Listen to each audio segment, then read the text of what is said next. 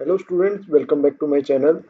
आपका एक बार फिर से स्वागत है मेरे यूट्यूब चैनल पे। मेरा नाम है हार्दिक मल्होत्रा और मैं असिस्टेंट प्रोफेसर हूँ।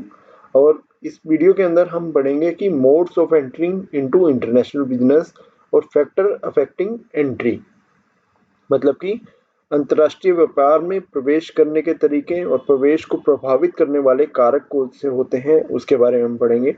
तो चलिए चलते हैं नेक्स्ट स्लाइड में और पढ़ते हैं। अब जो क्वेश्चन आपको एग्जाम में भी पूछा जाता है, प्रीवियस ईयर में आ रखा है, वो है what are the various modes of entering into international business, explain various factors affecting selecting of entry mode of international business. अब इंटरनेशनल बिजनेस को करते वक्त आपको काफी सारे फैक्टर्स को देखना होता है कि जिसके बेसिस पे आप सिलेक्ट करते हो कि मुझे कौन से मोड के थ्रू एंट्री करनी है इंटरनेशनल बिजनेस के अंदर। अब वो जो फैक्टर्स हैं वो कुछ इस तरीके से हो सकते हैं कि फर्म की आपकी रिसोर्सेज किस तरह की हैं, आपके पास फाइनेंशियल रिसोर्सेज कितने हैं, आपके पास ह्यूमन रिसोर्स कितनी है, आपके पास मैनेजरल स्किल कितनी है, उसके बेसिस पे। फिर उसके बाद आ जाती है मार्केट कंडीशन, कि जिस भी कंट्री के अंदर आप जाना चाहते हैं वहाँ की मार्केट कंडीशन कैसी है, क्या वहाँ पर आपका जो भी प्रोडक्ट है उसके बेसिस पे वहाँ पर जो मार्केट है वो उसको खरीदने वाली है या नहीं, क्या वो उतने कैपेबल है या नहीं है। और लेवल ऑफ कंट्रोल डिजायर्ड, इसका क्या मतलब हुआ कि आपको कितने लेवल का जो कंट्रोल है वो आप डिजायर करते हैं उस कंट्री के अंदर। कहीं ऐसा तो नहीं है कि उस कंट्री के अंदर काफी सारी रेस्ट्रिक्शंस हैं पॉलिटिकल वे में या लीगल एस्पेक्ट्स में, जिसकी वजह से आपका कंट्रोल जो है वो काफी कम रहेगा। तो आपको ऐसे सभी फैक्टर्स को पहले एनालाइज करना होता है, फिर आप चूज करते हैं कि आपको किस मोड के थ्रू एंट्री करनी है इंटरनेशनल बिजनेस में। तो चलिए नेक्स्ट स्लाइड में हम देखते हैं कि कौन से ऐसे मोड है जिसके थ्रू हम एंट्री कर सकते हैं। अब modes of entry into international business की कैसे मोड हैं जिसके थ्रू हम एंट्री कर सकते हैं इंटरनेशनल बिजनेस के अंदर। पहला है सबसे पहले एक्सपोर्टिंग। एक्सपोर्टिंग एक बेसिक मोड है जो सबसे पहले हर एक कंपनी स्टार्ट करती है देखने के लिए कि वहां पर मार्केट में क्या रिस्पॉन्स आ रहा है आपके प्रोडक्ट से रिलेटेड। एक्सपोर्टिंग का मतलब है जब आपके देश में जो भी एक कंपनी है वो व्यापार कर रही है, उसके बाद वो अपना जो सरप्लस प्रोडक्शन है, जो आपकी एक्स्ट्रा प्रोडक्शन बची, उसको जब आप दूसरे देशों के अंदर बेचना चाहते हैं या फिर इंटरनेशनल बिजनेस में आप अपने बिजनेस को एक्सपेंड करना चाहते हैं, तो ये एक सबसे स्टार्टिंग मोड है, वो क्या है, एक्सपोर्टिंग। अब ये जो एक्सपोर्ट करते हो मतलब अपने प्रोडक्ट को आप दूसरी कंट्री के अंदर सेल करते हो जाके, वो दो तरीके का होता है। पहला होता है डायरेक्ट एक्सपोर्ट, दूसरा होता है इनडायरेक्ट एक्सपोर्ट। अब इनडायरेक्ट एक्सपोर्ट क्या है या फिर डायरेक्ट एक्सपोर्ट क्या है ये आपको पता होना चाहिए। डायरेक्ट एक्सपोर्ट का मतलब है जब कंपनी डायरेक्टली कस्टमर को प्रोडक्ट सेल कर देती है। The company sells directly to customer in the foreign market, उसको हम बोलते हैं डायरेक्ट एक्सपोर्ट। अब इसके अंदर कुछ थोड़ी सी मदद चाहिए होती है किनकी, एजेंट्स की या फॉरेन डिस्ट्रीब्यूटर्स की। ठीक है। फिर सेकंड आएगा इनडायरेक्ट एक्सपोर्ट। इसके अंदर क्या करते हो, आप डायरेक्टली सेल ना करके आप इनडायरेक्टली सेल करते हो अपने प्रोडक्ट को, मतलब किसकी मदद से, इंटरमीडियरीज की मदद से। अब ये जो इंटरमीडियरीज हैं वो कौन होते हैं, एक्सपोर्ट एजेंट हो सकते हैं, ट्रेडिंग कंपनी हो सकती हैं जो एक्सपोर्ट प्रोसेस को हैंडल कर सकती हैं। फिर आएगा सेकंड मोड, लाइसेंसिंग। लाइसेंसिंग का मतलब है एक फर्म किसी दूसरी कंपनी को लाइसेंस ग्रांट करती है, मतलब एक आपको अनुमति देती है कि आप उनके ट्रेडमार्क, उनका कॉपीराइट, उनके जो पेटेंट है उसको यूज करके प्रोडक्ट को और सर्विसेज को फॉरेन मार्केट के अंदर सेल करें। It gives right to produce or sell its product or services in foreign market for a fee or royalty. इसके बदले में जो लाइसेंस ग्रांट कर रही है कंपनी, वो क्या लेती है, फीस या फिर रॉयल्टी। फिर आता है थर्ड, फ्रेंचाइजिंग। फ्रेंचाइजिंग क्या है, इसके अंदर क्या करती है, एक फर्म दूसरी फर्म को लाइसेंस ग्रांट करती है कि आप उसका जो भी ब्रांड है, जो भी बिजनेस मॉडल है, जो भी इंटेलेक्चुअल प्रॉपर्टी है वो आप उसको देती हैं और इसके बदले में आप क्या चार्ज करती हैं, फीस और रॉयल्टीज। फिर आएगा next, joint venture. Joint venture क्या है, जब दो या दो से ज्यादा फर्म्स आपस में एक पार्टनरशिप करती हैं जिसके अंदर ओनरशिप, रिस्क और property profits in a new company established in the foreign market, कि फॉरेन मार्केट के अंदर जब दो या दो से ज़्यादा कंपनी अपनी ओनरशिप को एस्टेब्लिश करती हैं, कि वो खुद मालिक बनती हैं, जो रिस्क है उसको आपस में शेयर करती हैं, प्रॉफिट्स को भी शेयर करती हैं और ओनरशिप को भी शेयर करती हैं, तो उसको हम बोलते हैं क्या, जॉइंट वेंचर। फिर अब चलते हैं नेक्स्ट स्लाइड में। नेक्स्ट स्लाइड में हम देख रहे हैं फिफ्थ पॉइंट है आपका होली ओन्ड सब्सिडीज।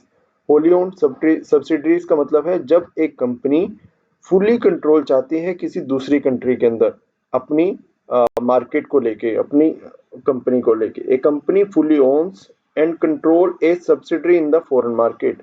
जब एक कंपनी एक सब्सिडरी अपनी अपनी कंपनी की खोल लेती है, कहाँ पर, फॉरेन मार्केट के अंदर। अब ये किस तरीके से हो सकता है, ये ग्रीन फील्ड इन्वेस्टमेंट के तरीके से हो सकता है, जिसमें अंदर आप एक नया ऑपरेशन बिल्ड करते हैं, या फिर एक्विजिशन जिसके अंदर आप किसी पुरानी कंपनी को जो एग्जिस्टिंग कंपनी है उसको ही खरीद लेते हैं। होली ओन्ड सब्सिडरी का मतलब ये हुआ सिर्फ कि आपने क्या करा, किसी दूसरी अपनी जो कंपनी है आपकी उसकी एक सब्सिडरी खड़ी कर दी किसी दूसरी मार्केट में और वहां से अपनी ओनरशिप को चलाया, ठीक है, बिना किसी की हेल्प के, बिना किसी की मदद के। तो उसको बोलते हैं होली, पूरी की पूरी ओन्ड सब्सिडरीज। फिर आएगा नेक्स्ट स्ट्रेटेजिक अलायंस। इसका क्या मतलब है, एक पार्टनरशिप बनती है कंपनीज के बीच में कि वो आपस में काम करेंगी किसी एक स्पेसिफिक एरिया पे। देखो, companies from different countries to work together in specific area, किसी एक स्पेसिफिक एरिया के लिए जो कंपनी आपस में पार्टनरशिप करती हैं। अब ये जो पार्टनरशिप है वो किस तरीके की हो सकती है, टेक्नोलॉजी की वजह से, मार्केटिंग की वजह से, या फिर किसी अन्य वजह से। और ये जो आपस में पार्टनरशिप बनाते हैं, ये कैसे बनाते हैं, बिना किसी नई कंपनी को करे, बल्कि ये क्या करते हैं, आपस में मिल के काम करते हैं, जॉइंट वेंचर के जैसे काम करते हैं। फिर आएगा next turnkey project. Company design, construct and equips a facility that hand over the project to the client in the foreign country once it's operational. Company क्या करती हैं, डिजाइन करती हैं, प्रोडक्ट कंस्ट्रक्शन करती हैं, इक्विप फैसिलिटी प्रोवाइड करती हैं, एक क्या करती हैं, अपनी जो भी एक प्लांट सेटअप करके दे देती है दूसरे देश के अंदर, जिसके उसके बाद वो हैंड ओवर कर देती है प्रोजेक्ट को जो भी क्लाइंट है जिसने भी वो कंपनी बनाने की बात की है। जैसे कि मैं एग्जांपल लूं, कंपनी ए है जो बहुत बड़ी कंपनी है इंडिया के अंदर। अब कंपनी ए से कंपनी बी जो किसी दूसरे देश की कंपनी है, कौन है, कंपनी बी। बी कंपनी बोलेगी कंपनी ए को कि आप बहुत बड़ी कंपनी है, आपकी जैसे मुझे भी फैसिलिटीज चाहिए, आप क्या करो, यहाँ पर आकर अपना प्लांट एस्टेब्लिश कर दो।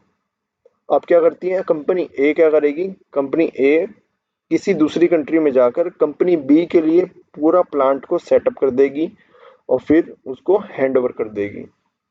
अब इस चीज के अंदर क्या आ जाती है, industries like construction company, engineering company और पावर प्लांट्स। फिर आता है पिगी बैंकिंग, पिगी बैकिंग।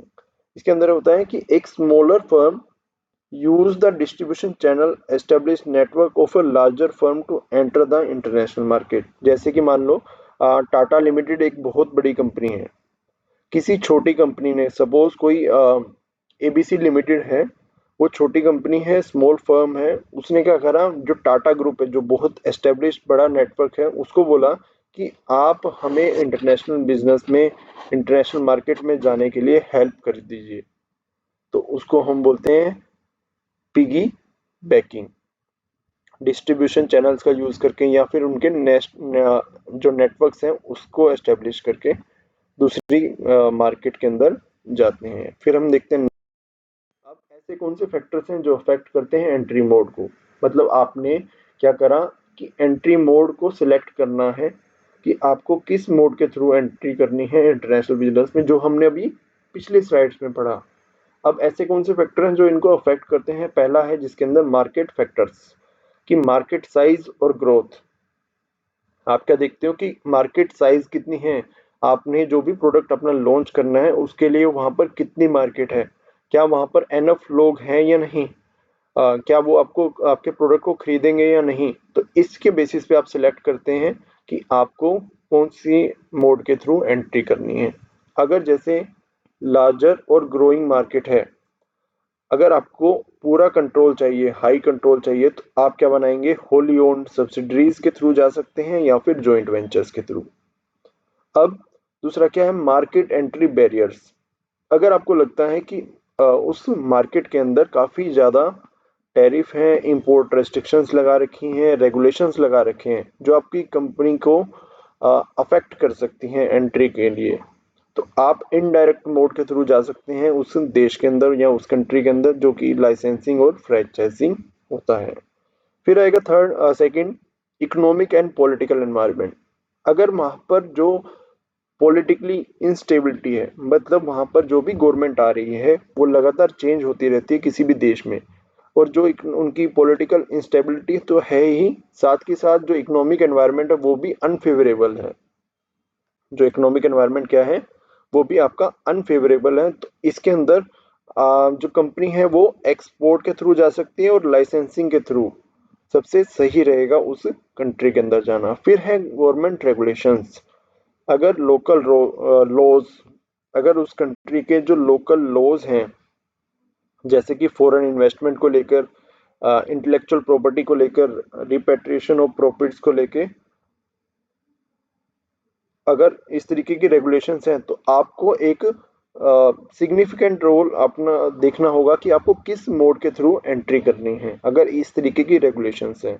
अब ये जो रेगुलेशंस हैं वो आपके लिए बेनिफिट भी प्रोवाइड कर सकती हैं और आपके लिए नेगेटिव भी हो सकती हैं, तो आपको देखना है कि आपको कौन से मोड सबसे सुटेबल लगेगा। उसके बाद है कॉस्ट कंसिडरेशन। इन्वेस्टमेंट कॉस्ट को देखते हुए कि कितना आपका खर्चा लगेगा, इन्वेस्टमेंट लगेगी आपकी एक इंटरनेशनल बिजनेस या इंटरनेशनल मार्केट में जाने के लिए, जो कि आपका जैसे modes like wholly owned subsidiaries require significant financial resources. आपको ये मालूम है कि जब अगर आपको होली ओन्ड सब्सिडरीज के थ्रू आपको एंट्री करनी है इंटरनेशनल बिजनेस में, तो आपको जो फाइनेंशियल रिसोर्सेज हैं वो काफ़ी ज़्यादा लगने वाले हैं बजाय कि लाइसेंसिंग और एक्सपोर्टिंग के, जिसके अंदर आपकी लो इन्वेस्टमेंट आपको लगेगी। तो आपको ये भी देखना है कि आपकी इन्वेस्टमेंट या फिर आपके फाइनेंशियल रिसोर्सेज कितने हैं। फिर आएगा रिस्क और रिटर्न का फैक्टर, कि आप जितना ज़्यादा रिस्क लेते हैं उतना ही ज़्यादा आपको रिटर्न भी मिलेगा। अगर आप रिस्क कम लेना चाहते हैं तो आपको रिटर्न भी उस हिसाब से थोड़ा कम ही मिलता है। तो आपको ये देखना पड़ेगा कि किस मोड के थ्रू आपको जाना है। फिर आएगा कंट्रोल और कमिटमेंट, कि अगर आपको फुल्ली कंट्रोल चाहिए तो आपको होली ओन सब्सिडरीज या फिर जॉइंट वेंचर के थ्रू जाना चाहिए। अगर आपको कंट्रोल कम भी चलेगा तो आप दूसरे मोड्स के थ्रू भी जा सकते हैं। लेवल ऑफ कमिटमेंट, अगर एक फर्म चाहेगी कि उसकी जो कमिटमेंट है वो significant resources to the market, अगर आपको जो कमिटमेंट है वो पूरी चाहिए, मतलब सिग्निफिकेंट रिसोर्सेज आप यूज करके पूरी सिग्निफिकेंट चाहिए आपको, तो आप डायरेक्ट इन्वेस्टमेंट को भी चूज करते हैं जैसे कि जॉइंट वेंचर और होली ओन्ड सब्सिडरीज। फिर आएगा experience and knowledge, familiarity with the market. अगर आपको ये मालूम है कि जिस कंट्री के अंदर आप जा रहे हैं, इंटरनेशनल मार्केट के अंदर जा रहे हैं, आपको उसका एक्सपीरियंस है, आपको पता है कि वो कंट्री जो है वो किस हिसाब से काम करती है, वहाँ के लोगों की मेंटेलिटी क्या है, वो क्या मोड प्रेफ आप फिर आप देखते हैं कि आपको कौन सा मोड सूटेबल रहेगा उस कंट्री की उस कंट्री के हिसाब से। फिर आएगा नेक्स्ट लोकल नॉलेज। अगर आपको लोकल एक्सपर्टाइज की ज़रूरत है तो आप देखते हैं कि आपको एक जॉइंट वेंचर की ज़रूरत पड़ेगी, अगर क्योंकि आपको वहाँ के कंट्री के लोगों की नॉलेज नहीं है। कॉम्पिटिटिव फैक्टर्स, तो ऐसे बहुत कॉम्पिटिटिव फैक्टर्स हो सकते हैं। अगर कॉम्पिटिटिव एडवांटेज हैं, अगर एक firm has has strong competitive advantage like technology और ब्रांड रेपुटेशन, तो वो होली ओन्ड सब्सिडरीज के थ्रू या फिर जॉइंट वेंचर्स के थ्रू भी एंट्री कर सकती हैं। अगर कॉम्पिटिटर की स्ट्रेटजी अलग है, the strategies of local competitor might influence the mode of entry. अगर जो वहाँ पर लोकल कॉम्पिटिटर हैं वो उनकी जो स्ट्रेटजी है आपके जो मोड है उसको अफेक्ट कर सकती हैं, तो आपको जॉइंट वेंचर सबसे सही रहता है। फिर आएगा नेक्स्ट कल्चरल डिस्टेंस। अगर आपको ये नहीं मालूम कि वहाँ पर जो भी कल्चर है वो आपसे कितने लेवल का डिफरेंस है, मतलब कि आपको ये नहीं मालूम कि वहाँ पर जो आपका कल्चर आपके देश में चलता है वहाँ पर भी वही कल्चर चलता है, तो आपको देखना होगा कि कौन सा मोड है जो आपको सबसे ज़्यादा सही रहेगा। देखिए क्या लिखा हुआ है कि if a foreign market is culturally similar, अगर फॉरेन मार्केट आपके कल्चर के अकॉर्डिंग सिमिलर, जैसे कि अगर इंडिया का कल्चर देखें और जो अगर हम देखें नेपाल का या फिर भूटान का, तो उनका कल्चर लगभग सिमिलर ही मिलेगा। तो इसके अंदर जो एंट्री मोड है require low level of control, इसके अंदर हमें ज़्यादा कंट्रोल की ज़रूरत नहीं है। हम अपनी कंट्री के अंदर भी बैठ के देख सकते हैं कि वहाँ पर कैसे काम हो रहा है, तो हम क्या कर सकते हैं, फ्रेंचाइजी और एक्सपोर्टिंग के थ्रू भी हम उस कंट्री के अंदर जा सकते हैं। अगर आपको लगे कि कल्चरल डिफरेंस या कल्चरल डिस्टेंस क्या है, सिग्निफिकेंट मतलब ज़्यादा है, तो आपको जॉइंट वेंचर या फिर होली ओन्ड सब्सिडीज वहाँ पर ओपन करनी चाहिए। फिर आएगा time consideration, speed of entry. Firms looking for a rapid entry into the market prefer acquisition और जॉइंट वेंचर। अगर आपको बहुत जल्दी जल्दी क्या करना है, वहाँ पर एंट्री करनी है किसी भी मार्केट के अंदर, तो आप प्रेफर करेंगे एक्विजिशंस को और जॉइंट वेंचर्स को, जिससे कि आपको लोकल रिसोर्सेज हैं उसको आप जल्दी से यूज़ करके अपनी जो भी आपकी कैपेबिलिटीज है उसको और एनहेंस करके उस मार्केट के अंदर अपनी पोजीशन को स्ट्रॉन्ग कर लेते हैं। फिर आएगा long term commitment for firms with long term goals. जिस फर्म का लॉन्ग टर्म गोल है वो एस्टेब्लिश क्या करते हैं, होली ओन्ड सब्सिडीज और joint ventures could allow more direct control, कि अगर आपको लॉन्ग टर्म के लिए उस कंट्री के अंदर रहना है तो आपको एक बड़ा प्लांट भी सेटअप करने में ज़्यादा फायदा रहेगा, जैसे कि होली ओन्ड सब्सिडीज और फॉर्मिंग जॉइंट वेंचर्स। इसी के साथ वीडियो को करते हैं एंड। अगर आपको वीडियो अच्छी लग रही है तो अपने फ्रेंड्स के साथ इसको ज़रूर शेयर करें, कमेंट्स करें, लाइक करें और चैनल को ज़रूर सब्सक्राइब करें और शेयर करें अपने फ्रेंड्स के साथ। Thank you for watching the video.